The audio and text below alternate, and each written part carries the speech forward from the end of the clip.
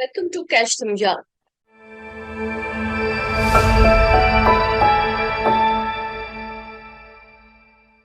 It is a platform where several thoughtful themes and questions emerge naturally and seamlessly. यह show बच्चों के लिए curiosity, उनकी पहचान और उनसे कनेक्ट करने का एक प्लेटफॉर्म है, जहां हम युवा बच्चों से बातें करके बहुत सारी बातें अनपाक करेंगे और we will try to explore everything with the younger generation. इस प्लेटफॉर्म के जरिए हमारा प्रयास होगा कि हम युवा पीढ़ी की बातें सुने, उनके विचारों को समझें, जनरेशन गैप के मतलब को और करीबी से जानें। यह वह ग्रुप है जो हमारे घरों में सबसे युवा है। अन्य जनरेशन के लोगों की तरह इन लोगों ने बहुत सारे स्ट्रगल्स नहीं देखे हैं। उन्होंने जीवन में बहुत खुलापन देखा है।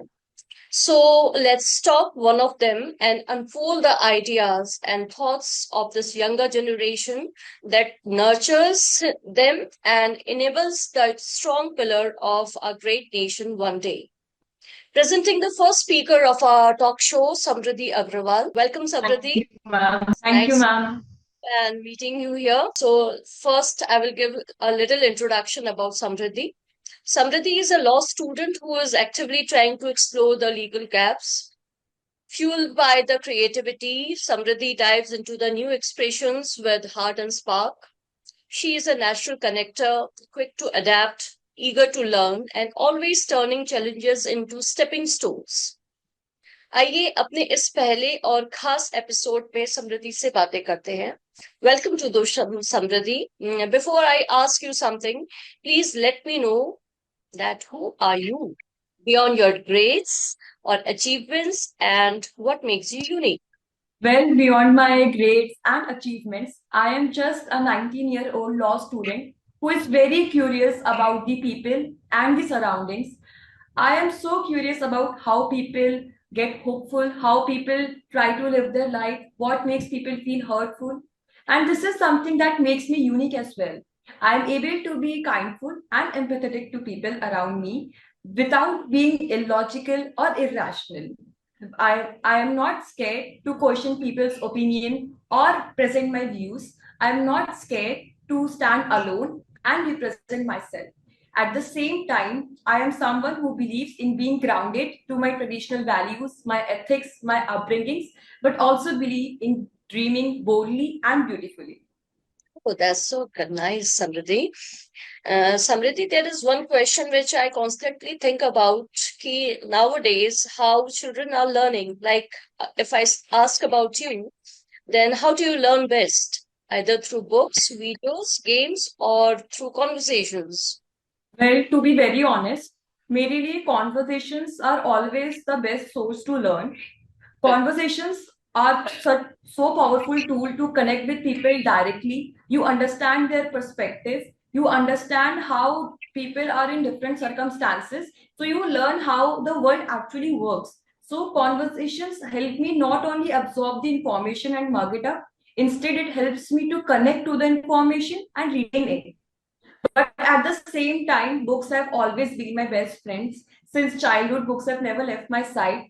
So if I have to learn something from it and grasp the most of it, I would indulge in a conversation with books in my hands. Oh, that's cool. I think one should do this continuously and one should, see the books, कितनी changes आ रहे हैं and what are the concepts behind books जिसको पढ़ करके बच्चे अपना एक opinion बना सके. So, because you are a teen and it's very easy to ask me that तुम्हारे लिए friendship की क्या meaning है, real friend की क्या meaning है? मेरे लिए रियल फ्रेंड वही है जिसने मुझे मेरे असली रूप में देखा है. Someone who has seen me raw, unfiltered, the messier side of me, the chaotic side of me. For me, real friend is not someone जो मेरी हर चीज में मेरी तारीफ करेगा. मेरा रियल फ्रेंड मेरी गलतियों को पॉइंट आउट करने के लिए होना चाहिए. But at the same time जब मेरे को लगे कि मेरी कोई वर्थ नहीं है इस दुनिया में या कोई वैल्यू नहीं है, तो वो मुझे हाइप अप भी कर पाए. For me real friendship is not something कि मैं अपने उस फ्रेंड को बहुत टाइम से जान रही हूँ. नहीं, मेरे लिए रियल फ्रेंड वही है जो मुझे डीपली कनेक्ट कर सकता है खुद से, इमोशनली मेरे को समझ सकता है. Samriddhi, because Now you're a teenage. I really hope that you would be having pursuing some hobbies and talents. So what kind of hobbies and talents makes you feel alive? मेरी एक talent या मेरा एक hobby जो मुझे हमेशा आगे बढ़ने के लिए प्रेरित करता है, वो है ड्राइंग और टॉकिंग। जब मैं लोगों से बात करती हूँ, किसी प्लेटफॉर्म पे खड़े होके अपने ओपिनियंस को वॉइस करती हूँ, तो मुझे Mhm. लगता है कि जो मेरे अंदर थॉट्स हैं, मैं उनको एक वॉइस दे पा रही हूँ। और मेरे थॉट्स एक साउंड ही नहीं, एक मीनिंग भी है। तो मुझे ऐसा लगता है कि टॉकिंग या speaking to people around me helps me feel alive, क्योंकि मेरे थॉट्स प्रैक्टिकली इस वर्ल्ड में स्टैंड आउट कर पा रहे हैं, को उसको कैसे सॉर्ट आउट करना है। तो ड्राइंग इज समथिंग जो मेरे को बहुत, मेरे लिए थेरेपी की तरह काम करता है। तो ड्राइंग और इज समथिंग जो हमेशा मुझे अलाइव फील करवाता है, सोलफुल फील करवाता है। आई एम श्योर तुमने बहुत सारी ड्राइंग्स बनाई होंगी and those would be one of your accomplishments in your life.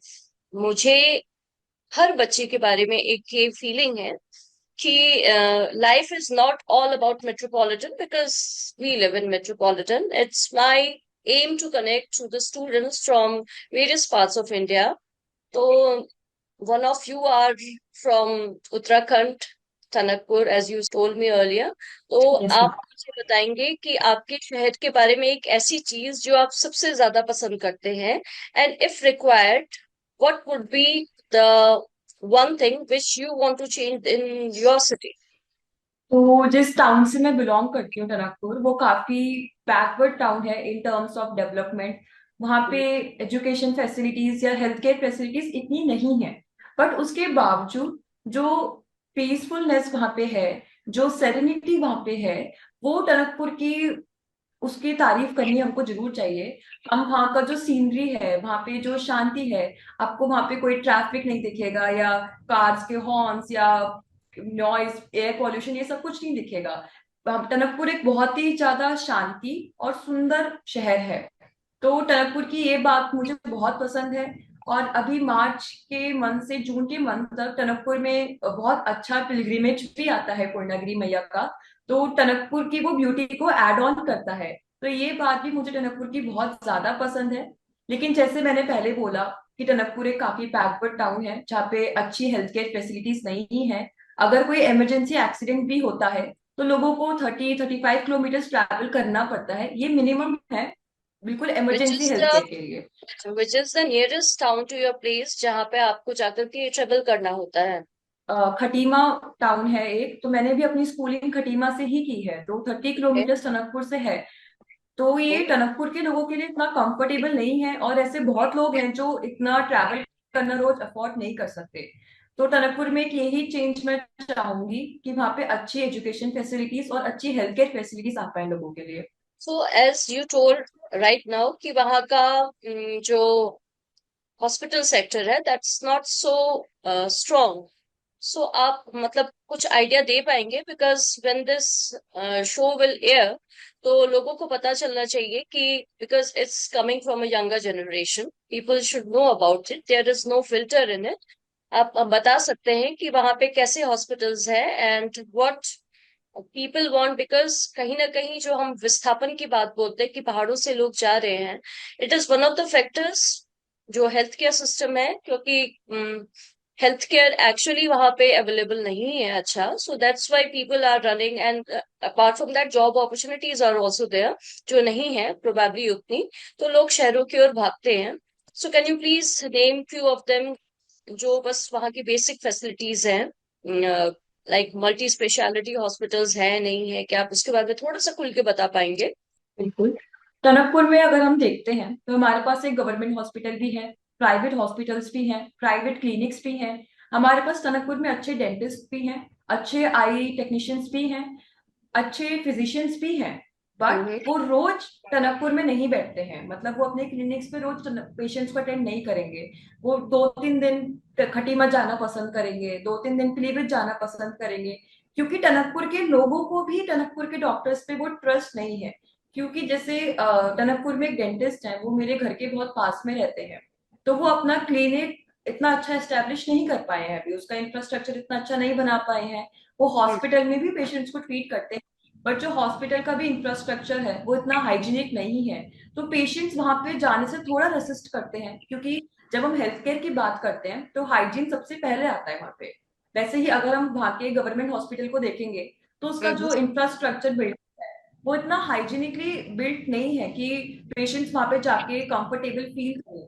तो इसलिए छोटे शहरों में हेल्थ केयर फैसिलिटीज इतना डेवलप नहीं कर पाती हैं।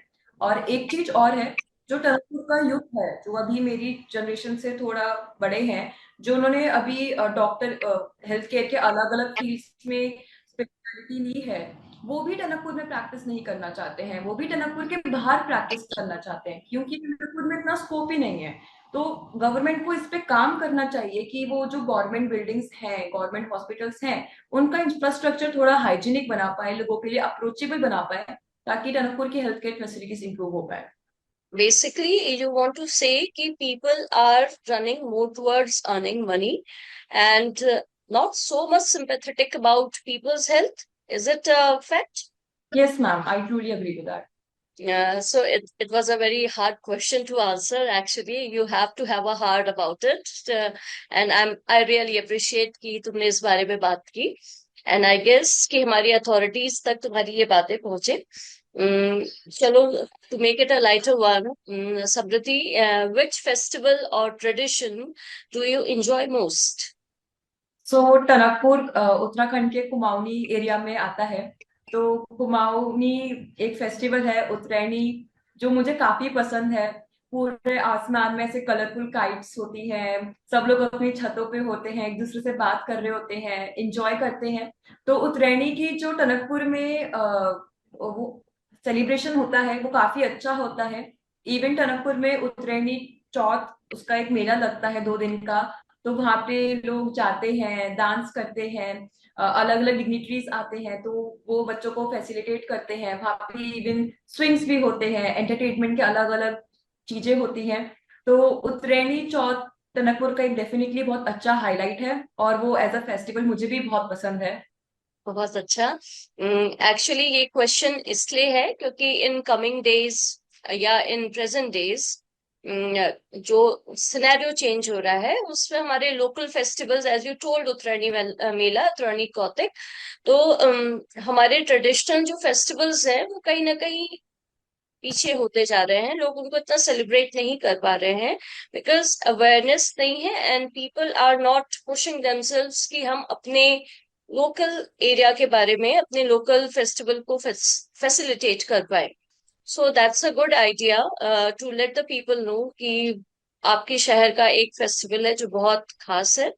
एंड अच्छी बात यह है कि आपने जैसे बताया कि वहां पे स्विंग्स है एंड ऑल है, तो ये कल्चर भी धीरे धीरे छूटता जा रहा है, जो ऐसे मेलों के जरिए आई गेस लोग उसके साथ और जोड़ पाते हैं. एम आई राइट? इसमें मैम मैं एक पॉइंट ऐड ऑन करना चाहूंगी। हाँ जी. जैसे हम जैसे छोटे शहरों के जो लोग हैं, दिल्ली में मूव ऑन करते हैं या किसी भी मेट्रोपॉलिटन सिटी में मूव करते हैं, तो हम्म. उनको लगता है कि अब वो अगर अपने ट्रेडिशनल फेस्टिवल्स को सेलिब्रेट करेंगे तो वो वहाँ के इन्वायरमेंट में फिट इन नहीं कर पाएंगे। तो एक ये भी रीजन रहता है मोस्ट ऑफ द टाइम्स कि जो ये पुराने फेस्टिवल्स हैं, ये इनका जो लोगों में है प्रचार, वो कम होता जा रहा है। One should listen to it. It's a heartbreaking thing. So, Samriti, आप आज जिस जगह पे बैठी हो वहां से आप दुनिया के किसी और कोने में बैठे हुए किसी व्यक्ति को, XYZ, किसी को भी आप अपने कल्चर के बारे में क्या एक्सप्लेनेशन दे सकते हो, क्या बता सकते हो? What is the USP about it? मैं दुनिया के किसी भी कोने में बैठे हुए व्यक्ति को बस यही कहूंगी कि हमारा कल्चर जो है वो देखने की चीज नहीं है, वो जीने की चीज है। अगर मैं अपने कल्चर को एक किताब कहती हूँ, तो उसके हर पेज में एक नया कलर है। कलर एक नई कम्युनिटी का है, एक नई कास्ट का है, और वो आर्ट है उनके ट्रेडिशन की, उनके फेस्टिवल्स की, उनके बिलीव्स की। और जब ये बुक पूरी होती है तो ये हमको दिखाता है कि हमारा कल्चर सभी कम्युनिटीज को, सभी लोगों को यूनिफाई करता है, सभी फेस्टिवल्स को एक तरह से सेलिब्रेट करता है। जो हमारा कल्चर है वो सभी लोगों के लिए वेलकमिंग है, अगर मैं अपने कल्चर, कुमाऊनी कल्चर की स्पेसिफाई करूं, तो जहाँ पे मैं रहती हूँ टनकपुर में, वहाँ पे अलग अलग कल्चर के लोग हैं। और जैसे मैंने बोला कि उत्तरायणी का मेला लगता है, तो वहाँ पे दिवाली का भी मेला लगता है। वहाँ पे ईद के लिए भी लोग जमा होते हैं। तो ये ही हमारे कल्चर का मेन हाईलाइट रहता है कि हमारे कल्चर में हर किसी को एक संग लिया जाता है, और सुंदर सुंदर परंपराओं से, कलरफुल रंगों से इस कल्चर को सजाया जाता है। That's so good to hear from you people. And I really appreciate it, क्योंकि बच्चे जो है आजकल मॉल कल्चर से ज्यादा इफेक्ट हो रहे हैं, उनसे ज्यादा इंस्पायर हो रहे हैं। So it's good to connect with the roots as well. Samriddhi, करुणा, काइंडनेस से आपका क्या मतलब है? How do you deal with it? Ma'am, मेरे लिए काइंडनेस कोई एक बहुत बड़ा हीरोइक एक्ट नहीं है कि मैं कोई जंग लड़के आ गई तो वो मेरे लिए काइंडनेस है। बल्कि मेरे लिए काइंडनेस वो छोटे छोटे थॉट्स, मेरे छोटे छोटे एक्शंस है। अगर किसी का दिन खराब जा रहा है और अगर मैं उसको जाके एक चॉकलेट भी देती हूँ और वो उसके वजह से स्माइल कर रहा है, तो मेरे लिए वो काइंडनेस है। अगर मेरे छोटे भाई को घर पे डांट पड़ी है और मैं उसको जाके अगर थोड़ा सा मनाती हूँ, उसके संग थोड़ा टाइम स्पेंड करती हूँ और वो उसकी वजह से स्माइल कर रहा है, तो मेरे लिए वो काइंडनेस है। अगर मैं कहीं से जा रही हूँ और वहां से एक स्कूल की बस जा रही है और बच्चे मुझे हाई कर रहे हैं, तो मेरे लिए वो काइंडनेस है। अगर एक एम्बुलेंस जा रही है और मैं भगवान जी से प्रे करती हूँ कि भगवान जी उनकी रक्षा करें, तो मेरे लिए वो काइंडनेस है। तो काइंडनेस इन छोटे छोटे एक्शन से ही बनती है। और मेरा ये भी मानना है कि काइंडनेस एक एम्पैथी का फॉर्म है, जिससे मैं लोगों को समझ पाती हूँ और लोगों से बेटर तरीके से कनेक्ट कर सकती हूँ। तो काइंडनेस एक बहुत ज्यादा पावरफुल टूल है लोगों को चेंज करने के लिए, लेकिन स्टिल बहुत ज्यादा सॉफ्ट है, बहुत ज्यादा क्वाइट है, बहुत ज्यादा सेल्फ रिफ्लेक्टिंग भी है। This kindness not only comes to human being, do you relate it with animals as well? Yes ma'am, definitely. जैसे अभी अप्रैल से बहुत गर्मी होती है, तो अगर मैं अपनी छत पे एक छोटे से पॉट में पानी रखती हूँ चिड़ियों के लिए या बंदरों के लिए, तो वो भी एक काइंडनेस का एक्ट है। और मेरा मानना है कि सिर्फ पेट्स के लिए या जानवरों के लिए ही नहीं, अगर मैं किसी ट्री को भी कटने से रोक पा रही हूँ, तो वो भी एक काइंडनेस का ही एक्ट है। तो काइंडनेस हमारे लाइफ के हर एस्पेक्ट में हम दिखा सकते हैं, बस अपने छोटे से विचारों से और छोटे छोटे एक्शन से।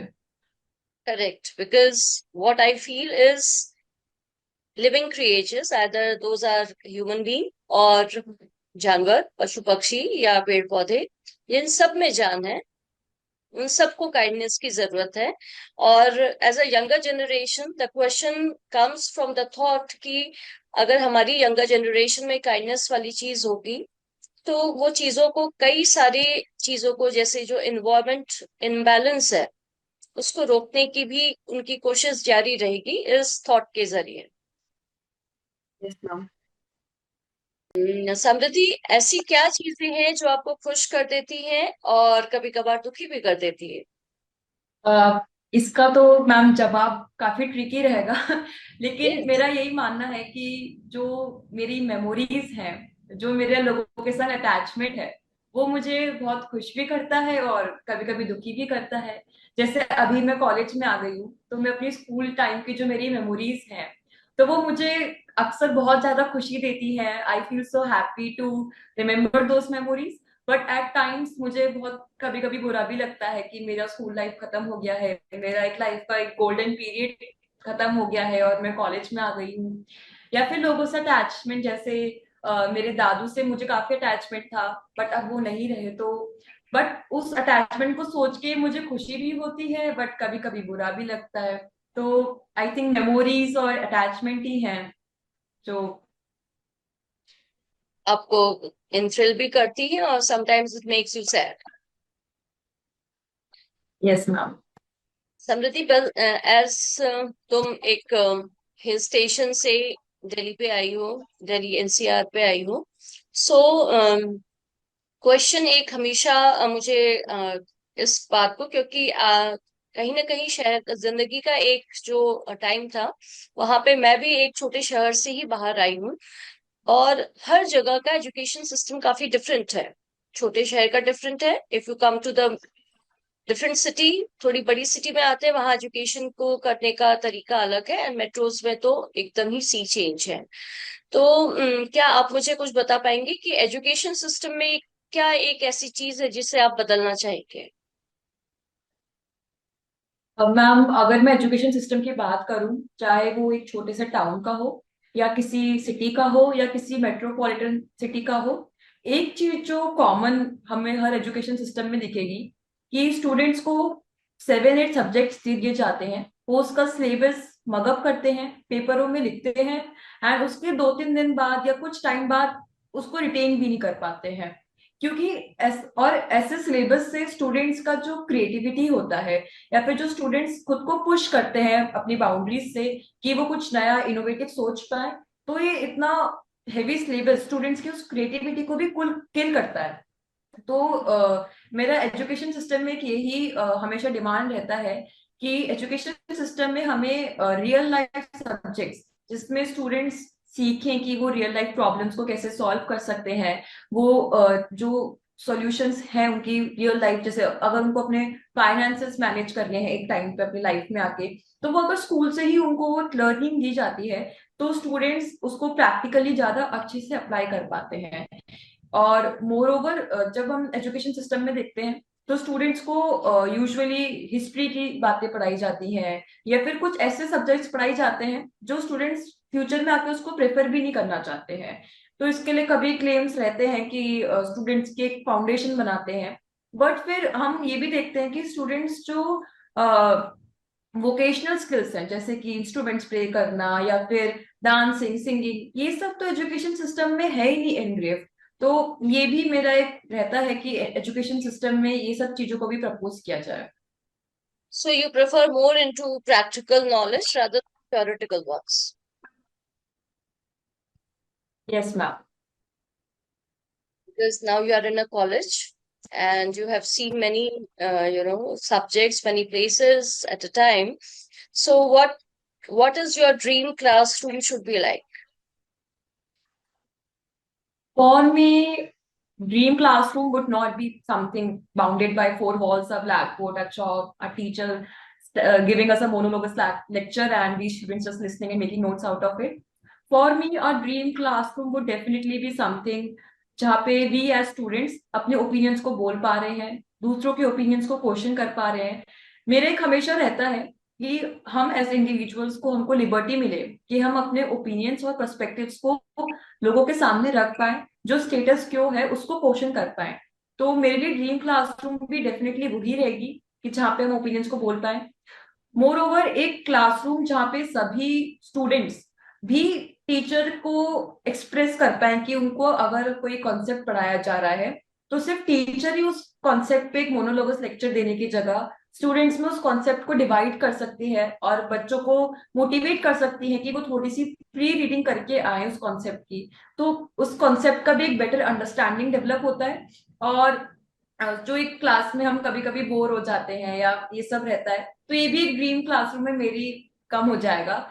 और मेरा एक ये भी है कि मेरी ड्रीम क्लासरूम में हमें एक्सपेरिमेंट्स करवाए जाए या फिर हम प्रैक्टिकल लाइफ के रोल प्लेस करके चीजों को ज्यादा अच्छे से सीखे rather than just making notes and reading books. So this is what my dream classroom would look like. If I remember, then NCRT ki books mein there were some chapters in the junior classes. I'm not so sure, but I have just seen that and read it. कि role plays होते थे जिससे बच्चे used to understand the things very well. So ma'am, जैसे मैंने भी NCERT पढ़ा है अपने 5th स्टैंडर्ड से, तो जब भी ऐसा कोई एक्टिविटी आता था तो most of the teachers would skip it कि ये क्लास का टाइम ले रहा है, या फिर स्टूडेंट्स इसमें कोऑपरेट नहीं करते थे कभी कभी टीचर्स के साथ, तो इसलिए भी टीचर्स को स्किप करना पड़ता था। तो इसलिए मुझे ऐसा लगता है कि एनसीईआरटी जो गवर्नमेंट ने करी थी स्कूल्स पे इम्पोज, तो वो काफी एक अच्छा एंडिवियर था, बट स्टिल वो अच्छे से उसका जो इफेक्टिवनेस था वो नहीं आ पाया। I think the people of NCRT would surely think about it, rethink about it. Other yes education ma'am. schools too. Samriddhi, now yes ma'am. though we are talking a very on a very serious note, but there's a very real stuff which I want to ask you.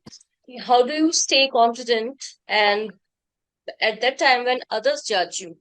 Means क्या कभी ऐसा हुआ है कि आपको गलत समझा गया है, like misunderstood वे हो आप?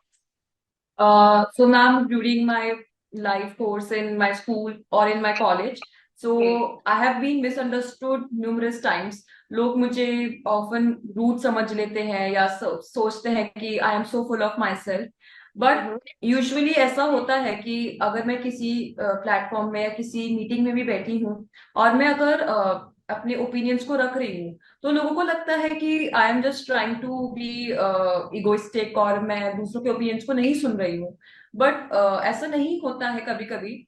और मैं कभी कभी लोग मुझे डीमोटिवेट करने का ट्राई करते हैं। अगर जैसे मुझे कोई परफॉर्मेंस देनी है तो उससे पहले थोड़ा सा ऐसे डीमोटिवेट कर देंगे। बट उस टाइम पे मैं यही याद रखती हूँ कि अगर मुझे कोई अपॉर्चुनिटी मिली है या कोई प्लेटफॉर्म मिला है तो मैं उसको डिजर्व करती हूँ। और दूसरों की बातों से मुझे डिमोटिवेट नहीं होना चाहिए। कॉन्फिडेंटली जाना चाहिए, अपना परफॉर्मेंस देके आना चाहिए। और जब कोई मुझे से मिसअंडरस्टूड करता है या जैसे किसी मीटिंग में ऐसा कभी होता है, तो मैं उसके आधा घंटे बाद या एक घंटे बाद उनके पास जाके उनसे एक अच्छी कॉन्वर्सेशन करने का ट्राई करती हूँ, सो दैट दे अंडरस्टैंड कि मैं सिर्फ अपना ओपिनियन रख रही थी, उनको ऑफेंड या डिसरिस्पेक्ट नहीं कर रही थी। गुड। एक क्वेश्चन है, like because we are into internet age and everyone is having mobile in their hand, so it's a question comes very natural कि Indian society में it's a practice that kids hardly play at evening time. There used to be a गली मोहल्ला game. आपने भी अपने बचपन में parks में जाके खेला होगा या मोहल्लों में खेला होगा, साइकिलिंग की होगी। These days, what I see that children hardly can be seen at the parks playing any type of games. So in that scenario, sports खेलने की जो प्रवृत्ति है वो थोड़ी कम होती जा रही है। Sports in the sense not only professional sports. मैंने देखा जो है वो ये देखा है कि बच्चे मोर इनटू जो गोल ओरिएंटेड गेम्स होते हैं, like football, cricket and other games, basketball, जिनमें उनको लगता है कि they can make the career, they go for the coachings and all. How about the regular games which we used to play at the childhood time? आपका अपना उसमें एक कोई ओपिनियन है, and what do you say about it, and what you will suggest to the youngsters? तो ma'am, जिस generation से मैं बिलोंग करती हूँ, तो जब मैं छोटी थी तो एक बड़ा मुहावरा चलता था कि पढ़ोगे लिखोगे तो बनोगे नवाब, खेलोगे कूदोगे तो बनोगे नौकर बनोगे टाइप्स। खराब। जब ये मुहावरा चलता था तब भी हम बच्चे शाम को घर से बाहर जाते थे, खेलते थे। लेकिन अब सोसाइटी इतनी ज्यादा प्रोग्रेस कर चुकी है, उसके बावजूद बच्चे नहीं निकलते हैं बाहर खेलने के लिए, शाम को अपने डिवाइसेस में रहते हैं। मेरे को ऐसा लगता है कि यूजुअली ऐसा इसलिए हो गया है क्योंकि जो मोबाइल डिवाइसेस हैं, जो मोबाइल के गेम्स हैं, वो बच्चों को ज्यादा अट्रैक्ट करते हैं। उनको कुछ भी हासिल नहीं करना पड़ता है, एक जगह बैठे बैठे वो आराम से उन गेम्स को एंजॉय कर सकते हैं। और जैसे वी सी की how the society is progress, people लोग क्या करते हैं कि वो अपनी फैमिलीज में ज्यादा रहते हैं, they do not socialise with people more. जैसे दिल्ली में हम देखते हैं इतनी बड़ी बड़ी कॉलोनीज होती हैं, बट पीपल को लोगों को नहीं पता होता है कि उनके जस्ट नेक्स्ट फ्लैट में कौन रह रहा है। तो लोग इतना सोशलाइज नहीं करते हैं, तो बच्चे इसलिए भी नहीं निकलते हैं शाम को खेलने के लिए। और जैसे मैं अपने टाउन में देखती हूँ, टनकपुर में, तो शाम को तो हम बहुत निकलते थे खेलने के लिए। लेकिन अब टनकपुर भी थोड़ा प्रोग्रेस कर रहा है, तो वहां पे भी थोड़ा थोड़ा ट्रैफिक रहने लग गया है, व्हीकल्स जाते हैं, तो पेरेंट्स को भी अब वो सेफ नहीं लगता है कि वो बच्चों को भेज पाए। और अब क्राइम रेट भी इंडिया में इतना ज्यादा बढ़ गया है, तो पेरेंट्स को चिल्ड्रन का वो सेफ्टी कंसर्न भी रहता है। तो मेरे को लगता है कि यही रीजंस हैं जिसकी वजह से अब बच्चों का शाम में खेलना निकलना बंद हो गया है। And there's that another perspective of it. That's a mixed perspective, not only about the changing environment. There are many other, factors like, as you said, traffic, security. These are also one of them, जिसके कारण बच्चे खेल नहीं पा रहे हैं। But I just hope कि कुछ घंटे के लिए मोबाइल हाथ से निकले तो बच्चे एक दूसरे से इंटरेक्ट कर पाए। Riddhi, as a law student, you have been actively participating in moot competitions and debates in middle school. So, can you please let me know about the Yes, turning ma'am. of your life where you begin to explore opportunities around and learn new things? Definitely, ma'am. So I remember when I was in 11th standard, I got selected in top 25 students among the whole country in the competition Veer Gata 2.0, which is conducted by Ministry of Defense, Ministry of Education, and CBSE as a collective initiative. So before being selected into Veer Gata, I was a little passive about opportunities because I would always think कि there are only three winners and maybe I'm not one of them, so why participate? Correct. But when Hmm. I got selected in Veer Gatha, after that I realized that there are ample opportunities for me. If I don't participate in one and win in one, so what? There are many other. And after I got selected into Veer Gatha, I met people at national level, international level, students from different schools who have accomplished much more than me at much younger age than me. That's when I realized that I have been missing on a lot just because of the fear of losing. So that was definitely the turning point in my life. And after Virigata, I have participated in several debates, several orating competitions at zonal level, at state level. And when I come in law school, I feel that confidence within me that I got through Virigata. Now I'm not scared or I'm not anxious to speak on any platform or perform on any stage. So Virigata was definitely one of those turning points in my life.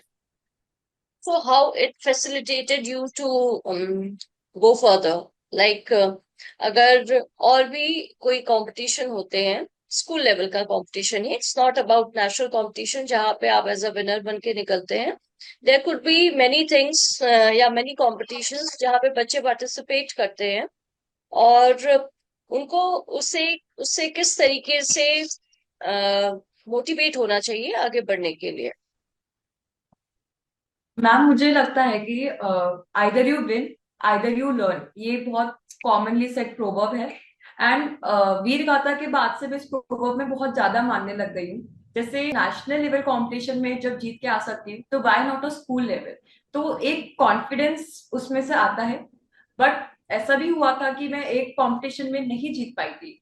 तो आई realise कि अभी भी बहुत कुछ बचा है जो मुझे सीखना है, जो मुझे समझना है. तो वीर गाथा is always that source of motivation. अभी भी कॉलेज में अगर मुझे कहीं पे बोलना होता है किसी प्लेटफॉर्म पे, तो आई रिमेम्बर दोस मोमेंट्स जब वीर गाथा में मुझे minister of defence honourable mister Rajnath Singh ji ने फैसिलिटेट किया था. तो वो मेमोरी जब मेरे माइंड में आती है तो मुझे कॉन्फिडेंस आता है. वो जो एड्रेनलिन रश होता है वो अपने आप कंट्रोल हो जाता है. तो दिस इज हाउ वीर गाथा always motivates me. And youngsters को इस बारे में क्या सजेशन देना चाहेंगे? मैम मैं यंगस्टर्स को यही सजेशन देना चाहूंगी कि आपको जितनी भी अपॉर्चुनिटीज मिल रही हैं उनको मिस आउट नहीं करें, उनमें पार्टिसिपेट करें. हमें कोई भी अपॉर्चुनिटी जब मिलती है तो हमें अपना बेस्ट देने का ट्राई करना चाहिए और पार्टिसिपेट करना चाहिए, उसमें अपना बेस्ट देना चाहिए और रिजल्ट्स की टेंशन नहीं करनी चाहिए. एक बहुत ही कॉमनली सेड प्रोवर्ब है, either you win either you learn. हमें उसी प्रोवर्ब को अपनी लाइफ में भी फॉलो करना चाहिए. अगर किसी कंपटीशन में हम नहीं जीत पा रहे हैं तो हमें यही समझना चाहिए कि अभी भी बहुत कुछ है जो हमें सीखना है, जो हमें समझना है.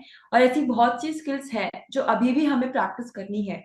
और अगर हम अपनी गलतियों से, अपनी लर्निंग से सीखेंगे तो हम डेफिनेटली अगले कंपटीशन में अच्छा परफॉर्म कर पाएंगे. तो मैं यंगस्टर्स को यही बोलूंगी कि participate as much as you can, give your best and do not worry about the results.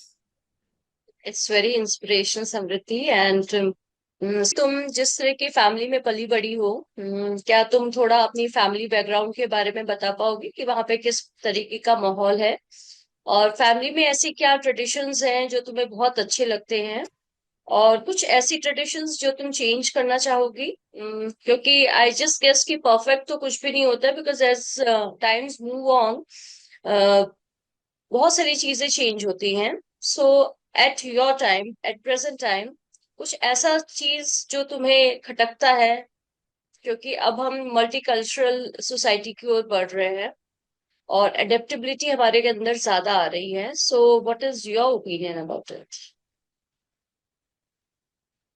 Ma'am, मेरी फैमिली, जैसे मैंने पहले भी बोला कि मैं काफी स्मॉल टाउन से हूँ, छोटे टाउन से हूँ। तो मेरे पेरेंट्स का हमेशा एक यही एफर्ट रहता है कि जो मेरी फैमिली है, मतलब जो इमीडिएट फैमिली है, जो मैं हूँ, मेरे सिबलिंग्स हैं और मम्मी पापा, हम पांचों में काफी अच्छा बॉन्ड है। और हम पांचों का जो बॉन्ड है वो किसी बाहर के वजह से कभी भी खराब ना हो। तो मेरी फैमिली में एक ये ट्रेडिशन कह लीजिए या एक हैबिट कह लीजिए, जो रोज फॉलो करने का हम ट्राई करते हैं, कि एक टाइम पे, इधर डिनर के बाद या सुबह मॉर्निंग टी के बाद या ब्रेकफास्ट के टाइम पे, हम पांचों, अब जैसे जीजू है तो हम छह एक संग बैठे और अपने दिन के बारे में शेयर करें, एक दूसरे दूसरे से बात करें, दूसरे का मजाक बनाए, रोस्ट करें। एंड जैसे अब हम अलग अलग रह रहे हैं, मैं गाजियाबाद में हूँ, तो हम उसको अभी भी रिटेन करते हैं, हम वीडियो कॉल्स के थ्रू एक दूसरे से कनेक्टेड रहते हैं। तो एज एज अ फैमिली हम अपना बॉन्ड और अपना अटैचमेंट कभी भी उसको कम नहीं होने देते हैं। और जैसे कि आपने बोला कि कोई भी फैमिली परफेक्ट नहीं होती है, तो मेरी भी फैमिली परफेक्ट नहीं है। कभी हम्म. कभी मेरी फैमिली में भी डिसएग्रीमेंट्स होते हैं, कभी कभी क्लैश ऑफ ओपिनियन होता है। तो मैं अपनी फैमिली में यही चाहती हूँ कि जैसे अगर कभी कोई डिसएग्रीमेंट हो रहा है, तो अगर एक जन थोड़ा एग्रेसिव हो रहा है तो दूसरा वाला शांत हो जाए, पेशेंस से सुने। एंड आई थिंक यही की होती है हर रिलेशनशिप की सक्सेस में। एंड एक ट्रेडिशन जो मेरी फैमिली में, जैसे हमने देखा अभी मल्टी कल्चरलिज्म का इतना चल रहा है, तो जब हम मैरिजेस की बात करते हैं तो मेरी फैमिली में अभी भी, सिर्फ मेरी ही नहीं, मेरे रिलेटिव्स की फैमिलीज में भी अरेंज मैरिज, की हम सेम कास्ट में, सेम फैमिली कल्चर में ही मैरिजेस करेंगे। तो एक ये कल्चर है जो मुझे बहुत खटकता है कि हम एजुकेशन में इतना आगे बढ़ गए हैं, अपने थॉट्स में इतना आगे बढ़ गए हैं, तो मल्टी कल्चरलिज्म को भी अपनी फैमिली में हमें इनवाइट करना चाहिए थोड़ा। जो हम अभी यंग यूथ हैं, उसके लिए हमें थोड़ा एक्टिव रहना चाहिए, थोड़ा लिबरल होना चाहिए। तो यही है मेरा ओपिनियन इस बारे में। सो यंगर जनरेशन में एक बड़ी बात ये है, जैसा आपके जो लास्ट जो आपके सेंटेंस थे उसके थ्रू मैं इस बात को कोट कर सकती हूँ, बिकॉज हमारे घर पे भी बच्चे हैं. एंड इसलिए मैं इस बात को यहाँ पे एम्फसाइज करना चाहती हूँ और आपकी बात को थोड़ा सा और आगे ले जाना चाहती हूँ कि फाइनली जो बच्चे हैं उनकी खुशी सबसे इम्पोर्टेंट है. पेरेंट्स के लिए भी, मतलब हमारी तरफ से आपकी तरफ से पेरेंट्स की खुशी इंपॉर्टेंट है और पेरेंट्स की तरफ से आपकी खुशी इंपॉर्टेंट है. सो कहीं ना कहीं there should be a bridge between. हम बीच में आकर के अपने ओपिनियंस रख पाए और एग्रीमेंट्स के साथ जिंदगी आगे बढ़ाए. बिकॉज आई गेस तो जो यंगर जनरेशन है दैट इज गोइंग टूवर्ड्स, धीरे धीरे फैमिली बनाने की ओर जाएंगे, एक कोर्टशिप की ओर जी। जाएंगे. सो this should come to each and every family these days, and I truly second upon it. Yes ma'am, मतलब एक कॉम्प्रोमाइज रहना चाहिए हमारी यंगर जनरेशन पे भी, और जो हमारी ओल्डर जनरेशन है उनके हम्म. बीच में जो डिस्टेंस आ रहा है, वो मुझे लगता है कि बस इसीलिए आ रहा है क्योंकि हम कम्युनिकेट नहीं कर पाते हैं। तो मेरी Correct. फैमिली में पेरेंट्स ये बहुत ट्राई करते हैं कि हम तीनों सिबलिंग्स अपने पेरेंट्स से बहुत ओपनली हर बात के लिए कम्युनिकेट कर पाए। तो Mm-hmm. आई थिंक एक वो चीज है जो हम सबको सीखनी चाहिए मेरे पेरेंट्स से। Good. This is these are the teachings of life. So, but there is always an actual teacher, the teacher who is the pillar of life in school days. So, this is the platform where I would like you to thank that teacher, the bunch of teachers जिन्होंने आपकी जिंदगी change कर दी.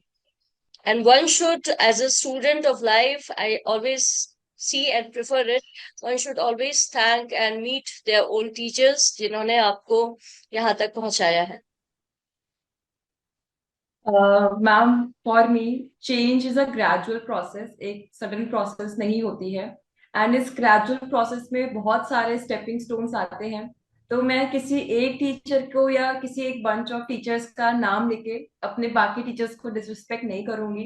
But मैं यही कहना चाहूंगी कि मेरी लाइफ के हर फेज में मैंने बहुत अच्छे टीचर्स मुझे मिले हैं, चाहे वो मेरी स्कूल लाइफ में रहे हों या मेरी कॉलेज लाइफ में थे हैं अभी, या फिर मेरी पर्सनल लाइफ में भी मेरे पेरेंट्स हैं, या मेरी सिस्टर भी मेरे लिए एक मेरी टीचर ही है। मैम आप भी मेरे लाइफ में एक टीचर की तरह है।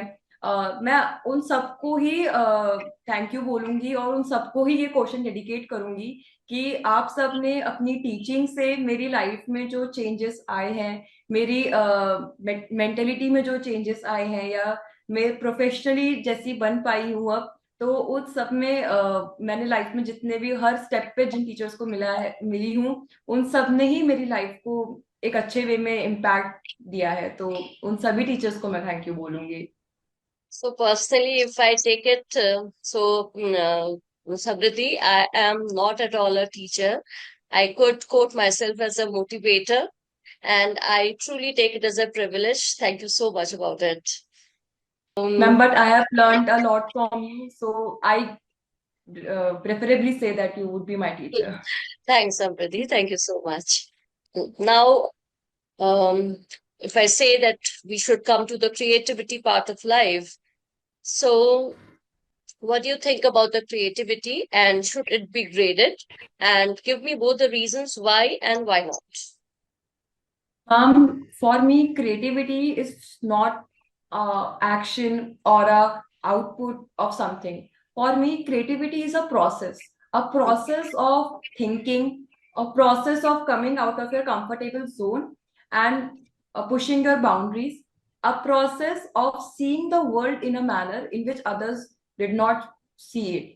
So, for me, creativity is something which cannot be limited or graded, but also there are several reasons why creativity should be graded.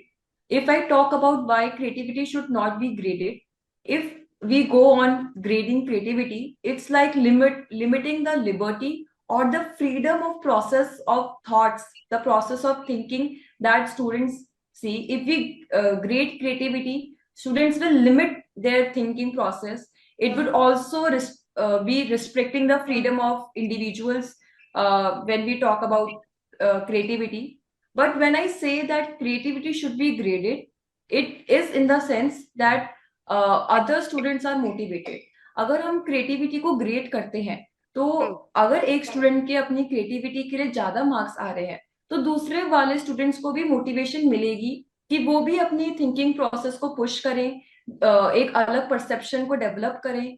Creativity सिर्फ यही नहीं है कि हम हमारा परसेप्शन अलग है या हम अलग सोच रहे हैं।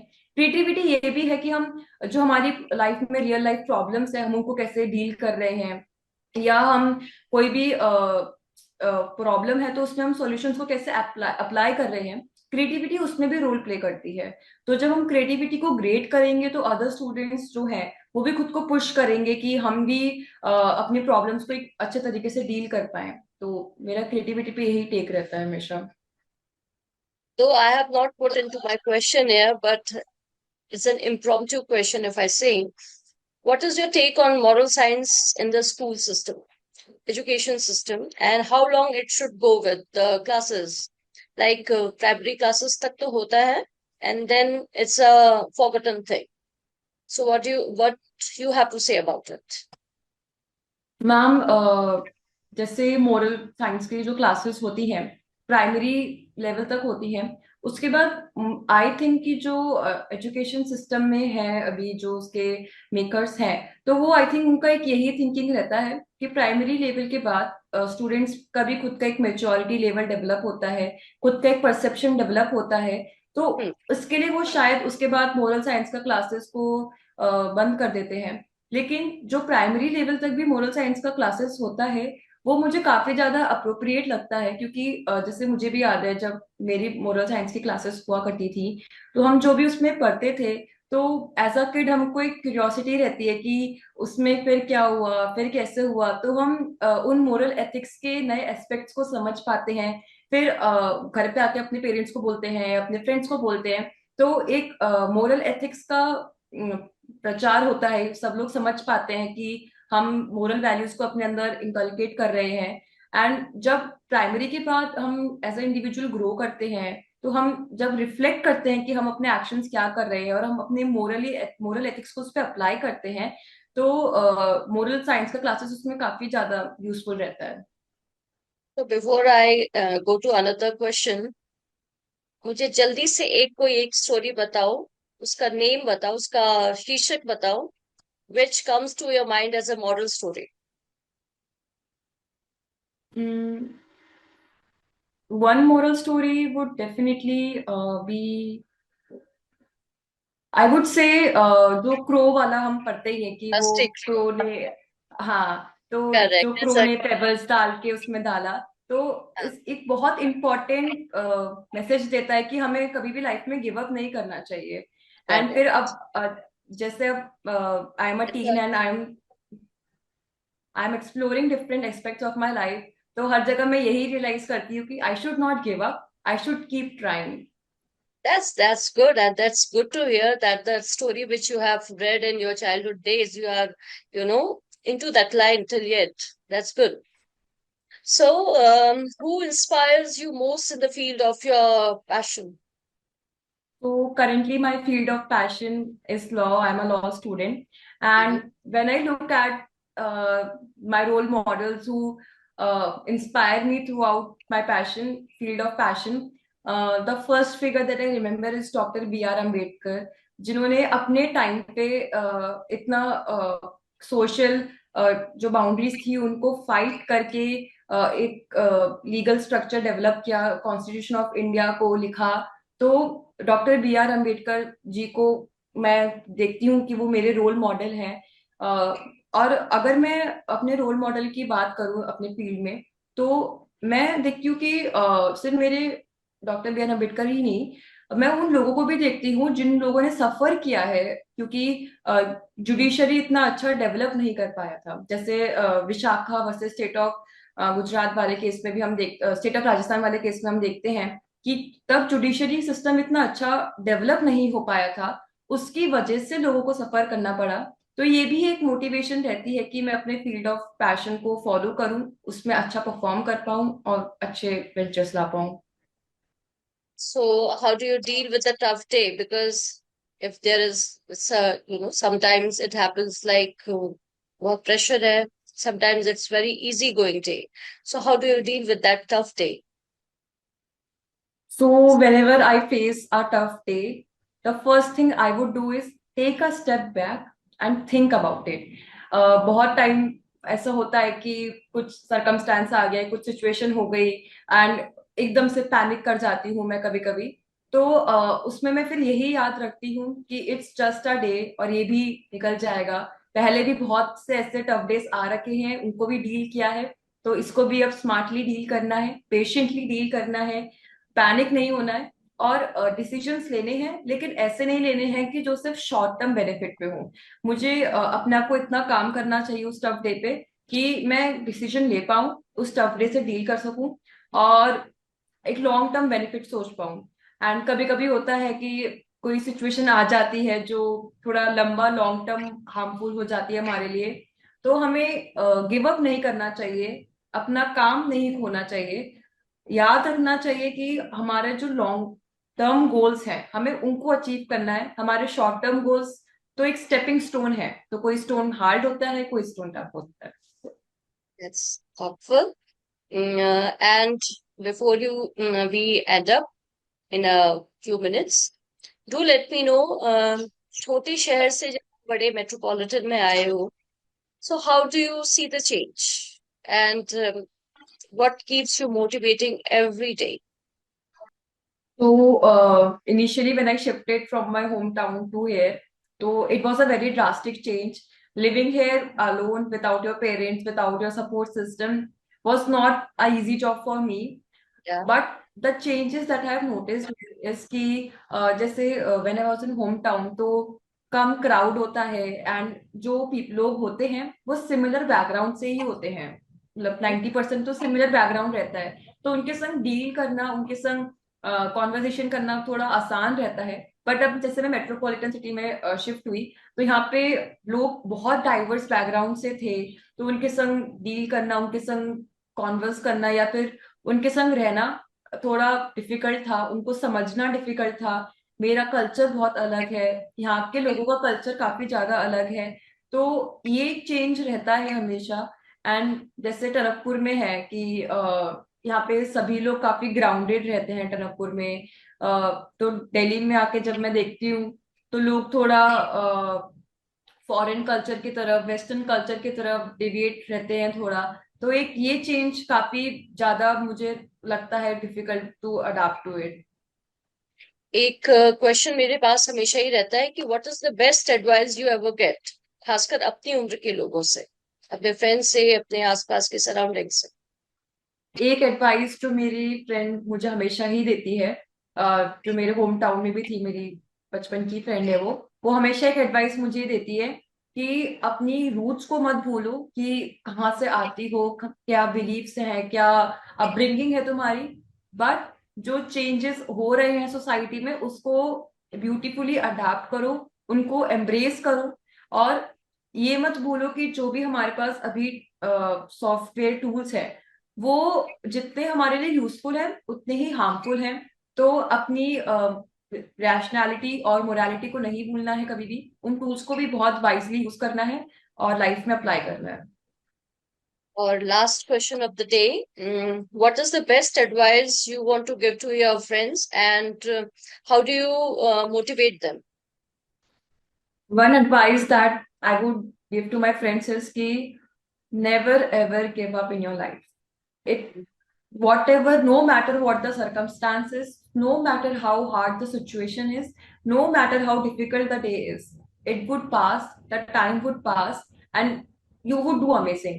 So one thing I always say to my friends, whether in my hometown, whether in here, कि always aim for your goals, never distract from your goals, हमेशा ध्यान रखें कि हम कहाँ पे हैं।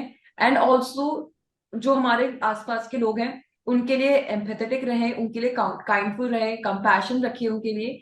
क्योंकि जैसे कि हम अपनी लाइफ में स्ट्रगल कर रहे हैं, वो भी स्ट्रगल कर रहे हैं, तो क्यों उन्हें ज्यादा टेंशन देनी। इससे अच्छा कि सब एक संग काइंड होके एक दूसरे के संग अपनी लाइफ के स्ट्रगल्स को क्रॉस करें। That's so good and so thoughtful, or so progressive thought about your generation and for your thoughts as well. So, Samriddhi, for today, we are going to wrap it up. It was a good and a great session. First episode with you, it was very good. And the motto of this episode is to talk to the youngsters unfiltered. I have to hear from them, and the voice should reach to the people. So I really thank you for your precious time, and let's see how we unfold it further. Thank you, Samriddhi. And to rest of us friends, आज के लिए बस इतना ही। अगले show के लिए हम नए विचारों के साथ, नई ऊर्जा के साथ आएंगे। हमारा यह जो शो है, catch them young, just be associated with it. आप और आपके और भी फ्रेंड्स जो इनसे जुड़ना चाहते हैं, अपने थॉट्स रखना चाहते हैं unfiltered, they can reach to me through my YouTube channel, YouTube page, and other social media handles of Cash Them Young. So have a great day, Samriddhi, ahead. Thank you so much. Thank you so much ma'am, thank you so much. Thank you for your time.